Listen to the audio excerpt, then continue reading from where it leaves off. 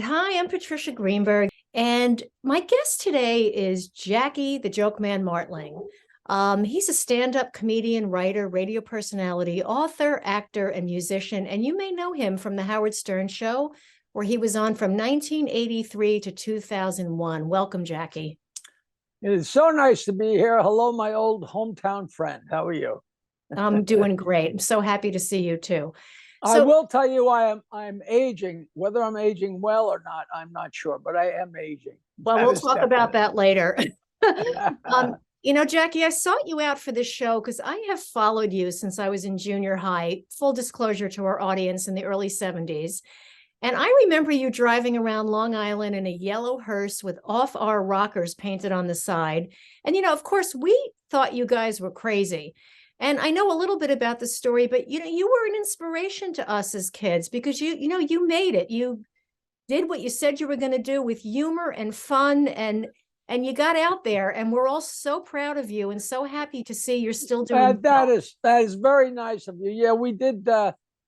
I did, and we did. My partner. We danced to a different drummer, and just what we used to say in the old days is we followed our hearts. But I don't know whether it was our hearts or our thirst or our horniness or what it was, but we did it the way we wanted to do it. I went to school as an engineer, but when I graduated, there was absolutely no way I was going to pursue that, So I just kept playing the guitar until at the age of 31, I realized if I ever want to eat or buy a house, it's not going to be with my music because I wasn't any good. And then I started using the jokes I've been telling my entire life, and we started comedy on Long Island. And I got luck favors the prepared, but we got very lucky. I got very lucky, so it's been fun. It's really nice when the hometown people are behind you and they dig it. We just put it together the last couple of days. We're doing a benefit at the Italian American Club in Oyster Bay for the Orchestai Farms. My good buddy here in Bayville, his daughter has a farm on planting fields that's completely manned by people with autism. Oh, wow. And it is so good, and it's such a good charity. And I said I can't do a show and ask my friends to pay money to come hear me tell the jokes they've been hearing me tell for 70 years. So I said, look, let's do a nice charity show and give all the money to charity, and we can do a show in Oyster Bay. And I think it sold out in about 5 seconds. But I think it's Thursday, April 13th in the Italian American Club. You know what? That's right behind. I still say Food Town. I do too. I always say it's right behind. You go to the Food Town parking lot. So I don't even know it's there anymore, but I know where it is. So that's exciting. Okay. Yeah. Okay. So that's fun. All right, but good. I got stuff going. They did a documentary on me, and it was done just before the pandemic hit.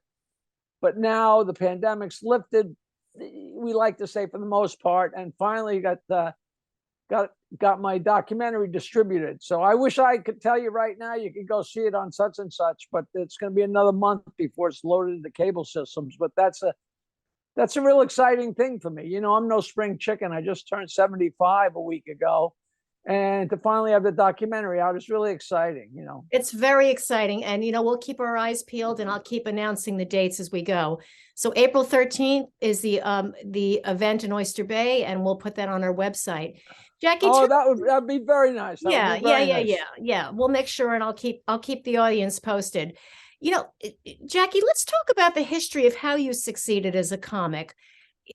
Did you go and stand in front of 5 people and just hope everybody would laugh, or tell us about that?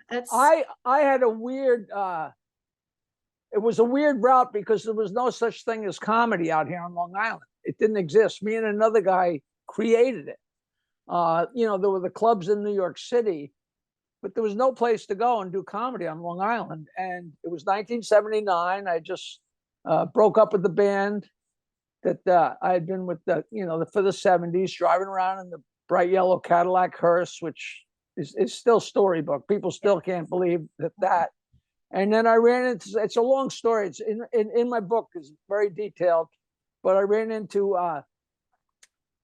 another couple comics at my father's place, which for the people that don't know, my father didn't have a restaurant bar.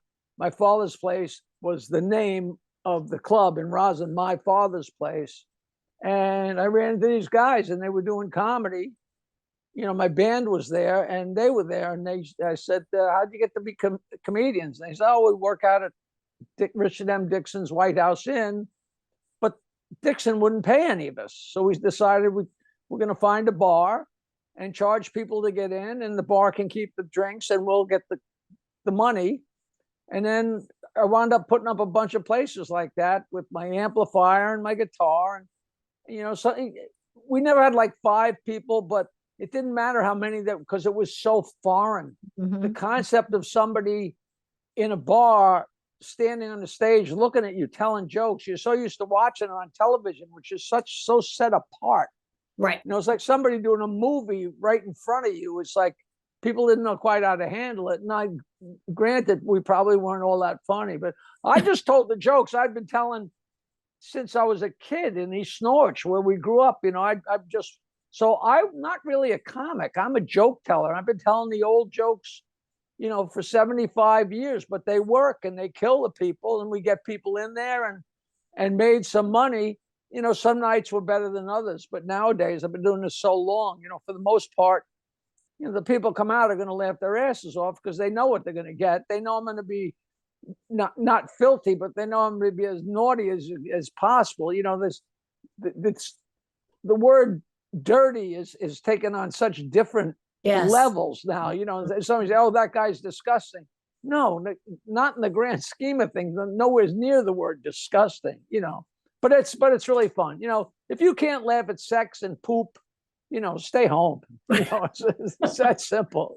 Simple. I always like to say, when we were kids or young women, it's like guy jokes. Like, what are you guys, 5 years old? But the truth of the matter, as we know, as you get older, laughter's the best medicine. It's what's going to keep you healthy and alive.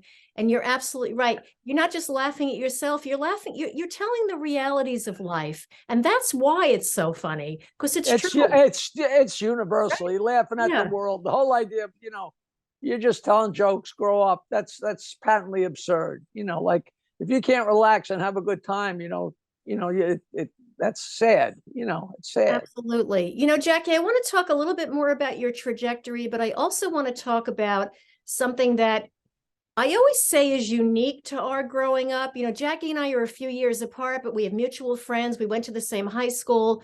There was something magical about our town, and not everybody thrived and did well, but we had a very, very special relationship with our neighbors and the people around us. There was a lot less racism. We all got along, different religions, different backgrounds, different ages. And so nowadays, you could make, when we were kids, a racial slur was a jab at a friend. Now it's a racial slur. Now you can't say anything to everyone. And I'm not trying to be politically correct or incorrect. I'm just saying we all loved each other and we had fun with it. East Norwich, especially where I grew up, was so small. Oyster Bay was like the big city, which was 2 miles north. Yes. But we grew up in a magic bubble, right in the magic of 50s suburbia, and it just was so gentle. We didn't know it at the time, but it was so gentle and loving. And we had Oyster Bay was only 550 kids, 7 through 12. I mean, the whole entire school. Yeah. Microscopic. I mean, when Oyster Bay won the basketball championship in Nassau County, they called us the Cinderella school. Like, most of the other schools were like 3,000 or 4,000 kids. And, it was just a magic little place. And, you don't know that at the time. Just like, I live in Bayville, and the North Shore of Long Island is spectacular, but you don't know that when you're growing up here. You have to go away and travel around a little and then come home. And I remember I brought home my roommate from college, from Michigan State, and we're riding along Shore Road towards Bayville, and he's like, man, this place is unbelievable. And all of a sudden I'm looking at it through his eyes, and I'm like, he's right. Those crusty old boats and the crusty old Long Island Sound and crusty old Center Island, all of a sudden, like, holy mackerel, this is a beautiful place, and the crusty dirt, the windy roads through the woods. All of a sudden you realize this is gorgeous. This is Gorgeous. spectacular, you know. And I've never gotten sick of it. I just love it, you know. You know, I'm in California, but I love every time I come to New York, I pop into Oyster Bay, even if it's just for a slice of pizza at Mario's or to say hello to a friend. And I pop by Jackie's beautiful house on the beach. And it's so soothing and settling to be there. I couldn't agree with you more on that one. You know, Jackie, you're you're our hometown guy, made it big, so to speak. Then you made it really big. You know, you were on Howard Stern for 18 years. Most people know you from that. You get grouped in with that, whether you like it or not. That's the reality. No, I And love in a it. lot, I love in it. a lot of ways, you know, from what I see, he wasn't kind to you a lot. Now, was that a shtick on the show? Yeah, Or- you know, it's like saying to Curly, like, you know, how come Mo keeps poking you in the eye? You know, Right. that was, it was so close to real that it it it was such a gray line, such a dull line. It was impossible to tell. And you know, we would get our going back and forth would get crazy and not crazy, but it was 99% with a wink and a nod. You know, I wrote jokes for him as we went along for, you know, all those years. Right. And when I tell people that he'd be breaking my balls and I would write something and pass it to him for him to say to me, like I'd give him an insult to say to me, that's hard for people to wrap their brain around. You know, it's like Curly saying, Mo hit me here, Yeah. you know, but that was the gig, you know. And then it would get testy, but that's what made the show so great. It would get testy with all of us, you know. Everybody be on the chopping block here and there. I was on the chopping block probably the most, but that's because he knew I could defend myself. You know, I could stand there like Bruce Lee and have people coming at me from 5 different ways and be able to take care of it. And it's so funny because I was such a target for everything. Plus, I had a great laugh. That almost was enough to justify me sitting there in the studio. So many people had no idea the amount of jokes and lines that I was writing to him. You know, we went to the moon. And people that had seen him before he got to New York were like, wow, what, you know, there's really a quantum leap that he made once you started giving him lines. But the average person, not the average person, but a lot of people to this day have no idea.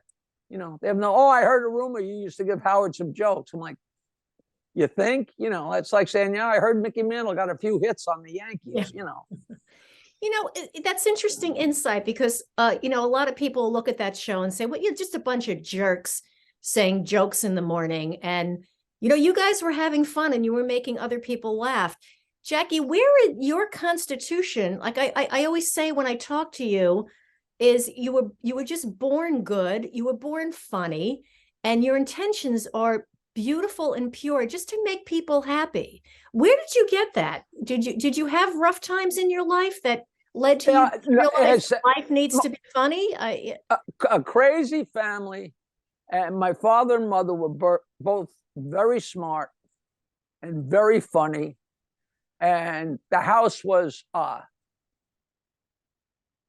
it was so, it got worse and worse and worse. You know, we started out as the Waltons. Yeah. But you know, my father drank a lot, and it fell apart from starting around 1960. Things started really falling apart, and my mother was so smart and so funny and so caustic, but she always was. It was like, does a fish know it's in water? I have this mother who's so great at insulting everybody, including me, but you don't know that everybody's mother's not like that. Then you go to somebody's house, you're like, Jesus, these people are boring. You know, it was a wacky family. And I was the lead kid. And, you know, you try to dissect it. When I grew up, my father and my uncle lived in the house they grew up in. And the other brothers and sisters had gotten married and they'd moved out. And my father and mother lived on the bottom floor, and my father's brother married my mother's sister. Oh, wow. Okay. And they lived on the second floor. And I was the first child. So in this family, in the house that, you know, in East Norwich, yeah, in that house, there were my parents and then the brother and sister upstairs, and I was the first kid.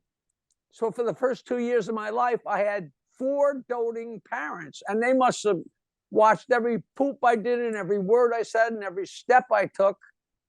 And I must have been the center of attention like crazy.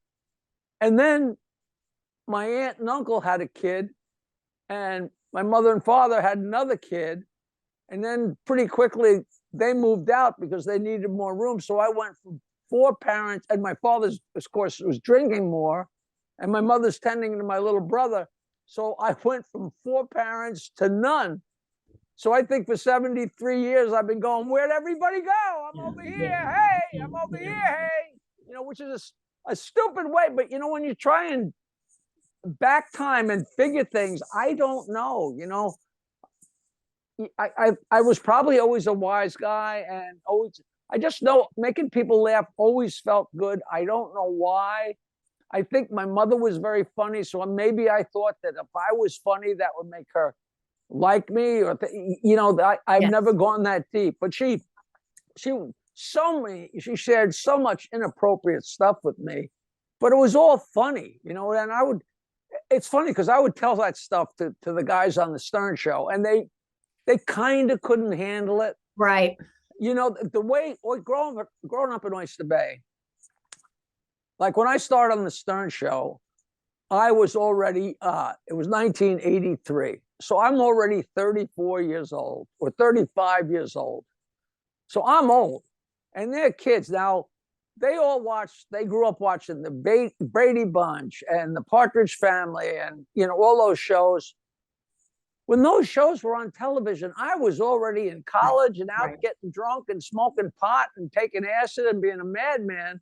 I was just from a different generation. And we would sit around before the shows in the very early days, like 86, 87. And we'd sit around Howard's desk before we went on the air. And like he'd tell a story, and then Fred would tell a story, and Gary tell a story.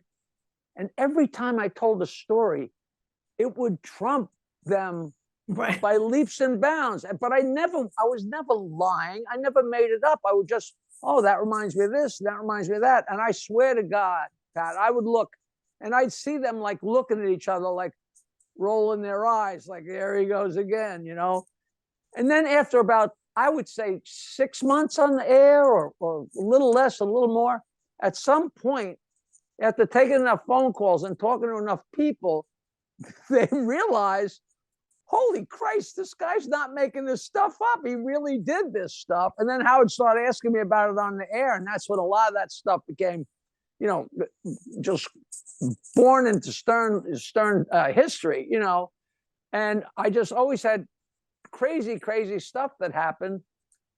But I was like older, and it was just a weird combination of crazy stuff. And it was weird how it all fit in, It was weird how it all fit in. It was great, What's interesting about that, and what a lot of people don't realize, is that I'm right behind you. I'm closer to their age. I graduated high school in 78.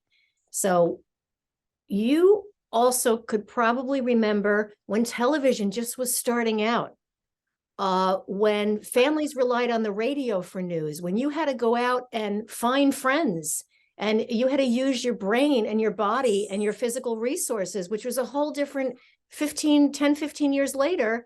We were relying on, the electronics. I mean, that's how fast the world changed. Well, when I was growing up, we were like the Cramdens and the Nortons. Like Aunt Janet and Uncle Len were upstairs, and we were downstairs. And my Aunt Janet was Trixie. Yeah. Like just like Trixie Norton, Trixie, whatever. Trixie, what was it? Trixie Norton had to have the newest gadgets. And remember, it was a whole big deal when Trixie and Ed got a television. Right. And Ralph would go up to watch television with them. It was a whole big deal.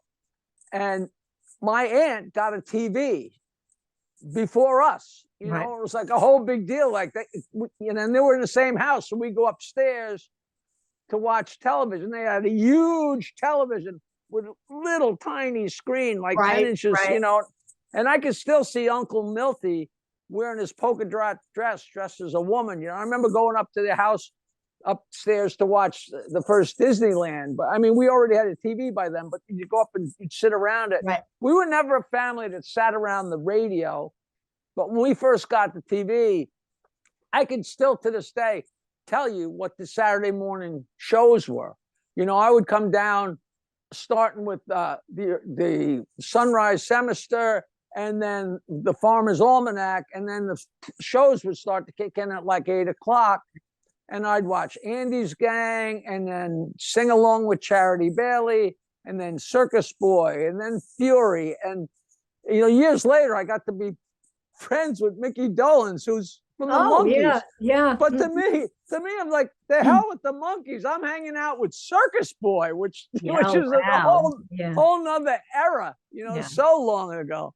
And but yeah, but there wasn't a lot around. There weren't a lot of kids. I mean, I had a small gang. Like the guy next door was my friend, and the guy next street over. But East Orange was tiny. Like Radcliffe was one of the first developments, we called them. They call them subdivisions in the Midwest, but development. And Norwich Greens was the other development. But before them, you know, there was no people. There was just a few people. We called them in the Heights around the streets where I lived. Right. Like where the Radcliffe subdivision was a potato field where I used to fly my kite with my grandfather. I mean, literally, you know, it was astounding. That's astounding to me. It was so small. And the ball lot where we used to play ball, and when my uncle got hit with a baseball in the head and became blind, that became a whole another subdivision. I keep getting mixed up between development and subdivision. That was and what are they called? King. You know where it is. It's been there so long you wouldn't even think of it in terms of it being a ball lot. I mean, we used to go down, you know, to the end of the street and pick blackberries and blueberries. It was so rustic. I mean, so rustic. And you know, like sitting there with the TV, like to try and convince a kid that you actually had to get up and turn the channel, you know. It's just so funny, you know. It's so hard to believe there was a day before email, and like yeah, that was most of my life was no email. You know, sure. I remember the first time somebody came in, me and Nancy. It's funny, like two houses away from here was our Jokeland office, and this guy and girl came in and said, "Hey, do you want to put Jokeland on the World Wide Web?" And we're like, "Yeah, what the hell is that?" And they explained. And they put like 30 of my jokes on it was their website, but we didn't know what that meant at the time. And to access it, they gave me the URL, which was the address. But in those days, like it probably was 1993, give or take. Right, sure. But the whole long address, and the deal with Howard was he had to do my plugs. And when he said, go to Jokeland on the World Wide Web, which none of them knew what I was talking about, and he would have to say http://www. And I think it was starenterprises.com/Jokeland. It was, and he had to spell it out because nothing was given. You know, at some point, all of a sudden, the HTTP got dropped off, and then at some point the www got dropped off. But before then, it was a long thing. And this girl says, "Oh yeah, do you have email?" I'm like, I didn't know what she was talking about. The computer started out it was just text, right? And then very slowly it became what you see is what you get, and then slowly they added pictures and then slowly some audio, and then finally video. But that was so slow in coming. I mean, Bayville, for some reason, Bayville was a test market for cable. Oh, it's interesting. Cable hookup for the internet. So all of a sudden, instead of AOL and dial-up at 14.4, and you'd sit there and listen to the thing whir and trying to have whatever you're looking at had to fill up. all of a sudden you have cable, and it was instant. So I would put all this stuff on my website, and people get pissed off at me because on their website, it would take an hour for the thing to load because it was instant. But this girl says, do you have email? And I don't know what she's talking about. And she shows me, and she wrote a note, and she said, all right, I'm going to send an email to Tokyo. I have friends in Tokyo. So she wrote an email, and she clicked it. And she said, well, I just sent an email to Tokyo. And I'm laughing. I'm saying, oh, that's cool. How long is that going to take? And she said, it's there already. And I'm telling you, I'm sitting there trying to comprehend that. Now it sounds absurd because of course it was there. But like, hello, how you doing? Click. And they're looking at it in Tokyo. That concept was just mind-boggling. That just so, the truth of it is, it's still pretty mind-boggling. It is. Growing up in the 50s where Dick Tracy's looking into his watch and talking to somebody like, yeah, that's realistic, And then we had Get Smart talking to his shoe. Right. Yeah. And same thing. Right. So Jackie, throughout your life, you've had, much success, and you've also had, some tragedies and things befall you in your family. And of course. How did you cope with that as you were going through that? I will, anything that people go through, people say, how did you cope with this? How do the people in Ukraine, how are they coping with what's going on? Because they have no choice. Okay. You deal with it. You either deal with it or you don't. I was in full swing on the Howard Stern show. We were working, not to make this about me, but we're working 5 days a week. And then we got a TV show. So we're doing 5 days a week, and then we're doing TV that had to be ready by Friday. And then we got through that somehow. And then all of a sudden we had all different things going on, and pay-per-views and all kinds. Plus I was doing stand-up on the weekends because, I was the only one that was traveling. So I'd go to Chicago, and I'd go to Las Vegas, and I'd go to Miami to do shows because I was like the ambassador of the Stern Show, and I get paid ridiculous amounts of money. I wasn't any funnier than anybody else. I mean, I was pretty funny, but I was also the guy from the Howard Stern Show, which played big time. So I'm running around making money and going a million miles an hour. And my brother commits suicide. And like there'd been problems with him, and like anything, and you just try and deal with it. And I have no idea, you just go through it. You just went through it, with your elderly parents, and there was so much craziness within the family anyway, which everything leads to everything. And you just muddled through. We had, from 1993 to 1995, we had 6 deaths in our family, close enough that we went to the actual family cemetery 6 times. Like my brother and my sister's husband and my aunt and my uncle and my cousin's husband. It was like, holy mackerel, And in between this, I'm not just working, I'm on a comedy show, like a rude, crazy. That's why I asked, how did you, that's a juxtaposition that most people can't wrap their head around. I mean, that's. But it's a bubble. You walk in that office. I mean, you walk into that studio. It's the old thing about, if a bunch of musicians are getting together, they say, leave your ego at the door. Yeah. Let's go in there and we're all working, all for one for all. And everybody was very kind. As much as we broke each other's balls about everything, some things were just, no, that goes on the shelf. We don't. Right. We because I wasn't the only, the other guys on the show, guys and girls on the show, they had plenty of horror stories, and you just dealt with it. I'm sure I didn't answer your question, but that because there is no you did. It's very interesting to me that you, like you said, you have to get up every morning and you have to plow through. My guest is Jackie Martling, very funny guy, comedian, writer, musician. And let's call you a stand-up joke teller. His book is The Joke Man, Bow to the Stern. Very funny guy. Available. Bow to Stern. Bow to Stern. And it's available on Jackie's website, which is www.jokeland.com, and also on Amazon. Jackie, what do you say to those who call you crude and offensive? I know that happens a lot.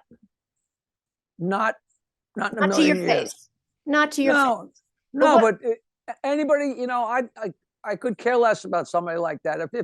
If you find a dirty, there's a guy named H. Allen Smith who, like in the 40s, he said, I would like to take all the people that don't enjoy a good dirty story. I'd like to put them in a canyon so the rest of us could stand on the rim of the canyon and piss all over them. And that's how I look at it. Like if you can enjoy a dirty joke, I feel sorry for you. And if there's nothing discuss, they've been telling off-color stories since Adam and Eve, ever since a rock fell on Adam's head and Eve laughed. I mean, that's just mankind, and that's what's always going to happen. There are so many rude and horrible things people can do to each other, but telling dirty jokes is not one of them. I'm sorry. So, like I said, if you're there to make people laugh and feel better about, the world's been in such unbelievable chaos the last few years, and it's relentless, with well, no, the world has been pandemic absolute. The world has been in absolute chaos forever. right. Just sometimes you hit some lucky bubbles. You can say, well, we've been really lucky in the 1900s. Lucky, two major world wars and a depression and Cold War. We're all just lucky we're still here and kicking, and you got to cross your fingers and live for another day. And then you gotta laugh. You gotta laugh to get through that. I'm sorry, you just do. We do. From a scientific standpoint, physiologically, laughter calms our body down and heals. It's been proven. And again, your book, The Joke Man, Bow to Stern, tells your story, and it's wonderful. And Jackie's actually going to be a guest on our book club. So, I'm loving the story, the history of not only my hometown, but just the history of comedians and laughing. And, there's a lot in the story that isn't so funny, but it makes you who you are. So, Jackie, we talk about aging all day long. Those of us getting old, everybody's aging, of course. And I know that humor is timeless. So where are you finding your inspiration now at 75? Like I said, I just tell jokes. I tell dirty jokes. I tell clean jokes. I tell any kind of jokes, but everything is fodder. I know so many jokes. I went to do a radio show last night in Manhattan. Anthony Cumia, it's funny. He was Anthony from Opie and Anthony, who are diametrically opposed to the Stern Show. They were I guess you'd call them enemies, but they were the competition, and they were coming up, and Howard was sitting on top of the world.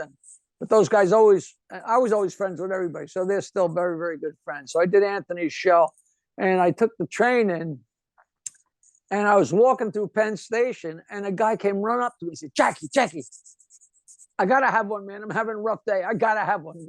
A dentist, something with a dentist. I told him a filthy joke about a dentist. And he was like, oh, man. Oh, thanks. He gave me a hug and he walked away. Never, not like, hello, are you the guy from the Stern Show? Like, he walked up like he's my best friend. Jackie, and I live for that. I'd always told people, if I go in and tell a guy in the Bayville post office, I make those guys laugh a few times. That feels as good to me as doing a comedy show at the brokerage on Long Island. It's just something you live for, and that's what you dig. And your inspiration is somebody who looks like they could use a laugh. That's all the inspiration you need. I don't go, oh wow, there's a plane crash. Let me think if there's something funny, or look at that, the Yankees are winning. Is there something funny about that? No, there's somebody, and if there's an opportunity to make somebody laugh, I will just grab at it. And does it always work? No, but I don't care. I laugh at everything I say. Right. So if I tell a joke and you don't laugh, I don't really care, because when I first met Willie Nelson, we were he invited us all out to lunch. Do you remember Jackie Radcliffe? No. With JR and Libby Beccarino and all these guys were out in Austin, because I was doing a show with Willie Nelson and some people. It was a charity show, a fundraiser for the two major marijuana organizations, NORML and the MPP, Marijuana Policy Project. And afterwards, Willie, his entire family, and I mean, you're talking about a family tree that looks like an octopus, this wife and this grandson and this, they're all connected somehow, because they had a few wives and a few kids and grandkids, and there's a million of them, but they invited us to join them. And we're sitting at this big U-shaped table. And Willie's over there sitting, and he loves me because we were exchanging, jokes on email. We still do all the time. Right. And we're sitting there, and I'm like, guys, I really want to go over and tell Willie some jokes, but if this is like his family lunch, after the I don't want to just go over there and stick my nose in. And all of a sudden, he comes up behind us, and he puts his arm around me and Jackie Radcliffe, and he says, all right, he says, if you've heard this one before, don't say nothing, because I want to hear it again. That's what he said. And then he told a filthy joke, and we're off to the races. It's you just wherever it'll fit, wherever it'll fit. Jackie, what do you have coming up now? So tell us, you've got the book out, you've got the documentary coming out probably in the next month or so. So we'll look for it in April. Hopefully in April. It's going to be on a lot of the platforms. It's called Joke Man, and it's by IKA Collective, but all this information will be on jokeland.com. I've been doing a podcast with an old friend, a guy who actually used to come to see the band when me and Chris Bates used to play at the Rum Runner on Tuesday nights. Oh, you're going way back. Oh my goodness. What year is that? Oh. That's 1975, 76. Wow. Okay. We're playing at the Rum Runner. And I remember so funny because I remember distinctly one night I was standing on my chair, drunk out of my mind, playing the electric guitar and wailing on some Steely Dan song. And I was just loaded. And I bent over and said to Mike, my only regret is that my kid brother can't be here and be partying with us. And as I'm saying that, my brother Jimmy was standing on the chair behind me. And he must have been all of 15 years old or 13, whatever he was. Right. And those nights were just insane. But I forget what the thread of what we're talking about. What were we just talking about? We were just talking about, what you have coming up, and you said that fans from the guy you're doing the show with. Yeah. So the guy I'm doing my podcast with, when I met him, he said, "Hey, it's nice." He came out to do the show that we were producing in Huntington. The show, me and the guy, we started comedy on Long Island at this place in Huntington. It was a bar restaurant. It grew into the East Side Comedy Club. But it was just a restaurant bar with a microphone and amplifier and telling jokes. And this guy said, listen, you should come into the city and audition at the comic strip. I'm a regular MC there. We used to come over from Locust Valley, which is 3 towns away from us. So we used to come over from Locust Valley on Tuesday nights to see your band. He said, we liked your band, but what they really liked of it, there were like 400 people there, and most of them were drunken women from Oyster Bay that I guess was pretty easy pickings, and had so much fun. So I've known him since 79, and here it is 2023, and so we're doing a podcast called Stand Up Memories, and you can find it. Go to standupmemories.com, and now we're having guests and having fun, but we did 25 shows before we even had a guest, just remembering and telling stories. But so much goes down in 4 decades, So doing the podcast, I do these things called cameo.com. Do you know what that is? People it's cameo.com/Jackie Martling. And a real lot of celebrities and semi-celebrities do it. Like if you want to say happy birthday to somebody, or Merry Christmas to your cousin or your aunt, or you want to send a dirty joke to your girlfriend because she's getting divorced, you just go on there and, you put in your credit card and you pay your money, and they send me what they want me to do. And it's so good for me because it could say, tell a dirty joke, tell a clean joke.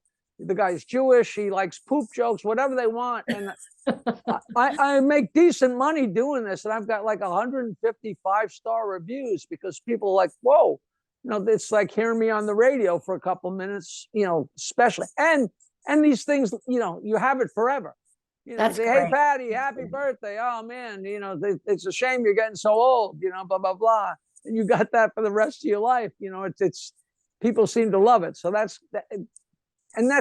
you make money, but it's really fun to do. Like I said, if I can make somebody laugh for 2 minutes, I'm happy. So I sit there after breakfast, and Barbara's like, "Oh no, you're doing one of those things?" Yeah, because you got to leave the room and be quiet for 2 minutes, But those are fun, and I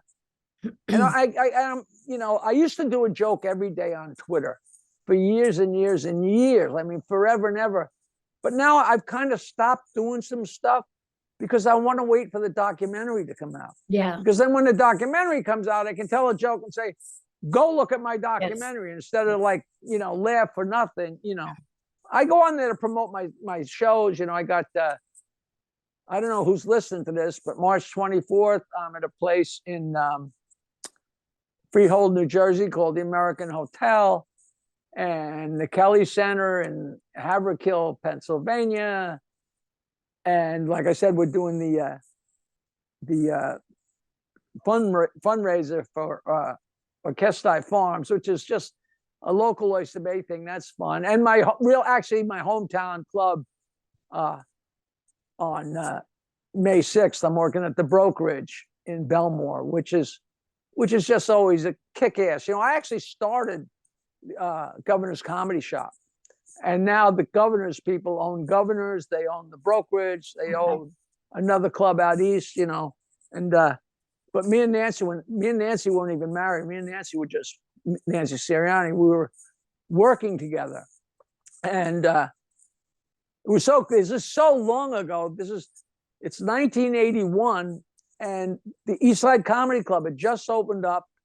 So there was one comedy club on Long Island, but there was a rock and roll bar in Levittown, and they were going to get shut down because as time grew on, the bands were getting louder and louder, and the amps to the sky. Right, sure, and sure. and they were in a neighborhood, and they got shut down so many times. They said, "We got to close up." So they said, "Wait a minute, why don't we try comedy? That's not as loud." And somebody said, "Oh yeah, why don't you get the guy with the dirty joke line?" I don't know if you remember that, but I've had this. Yes, yeah, 922 wine. I remember that. Yep. 516-922 wine. It is still going. It freaks people out when they dial it. It's the same thing as it was. Unbelievable. 79. But somebody said, "Why don't we get the guy with the joke line?" And they called up, and we went over there and said, "Put a speaker here, put a speaker here, put a stage here, put a microphone," and boom, there was Governor's Comedy Shop. And that was September of 1981. That's a long time ago. That's 42 years ago. But it was great fun. That dial joke, it was 10 lines, and it was in the attic of my mother's house, the house in East Norwich that, with Jimmy and me and Bobby and Kathy. Sure. That attic that the house was built in 1900 by my grandfather, and that was the first joke land. The attic up there was, it's insane. That house is, God, what if those walls could talk? That's what they say, that basement. It's a landmark in the town of Oyster Bay, the Martling House in East Norwich, because you had such a high profile location. Everybody knew where you lived and everybody stopped by. You had an open door policy there. And, it was great and beautiful memories for everyone. Jackie, I want you to do two things. First of all, I want you to tell us a joke about getting older, and then what you like about getting older. So there's an old couple sitting in the living room, and the little old lady says to her husband, she says, "Let's go upstairs and have sex." And he says, "I don't know if I can do both."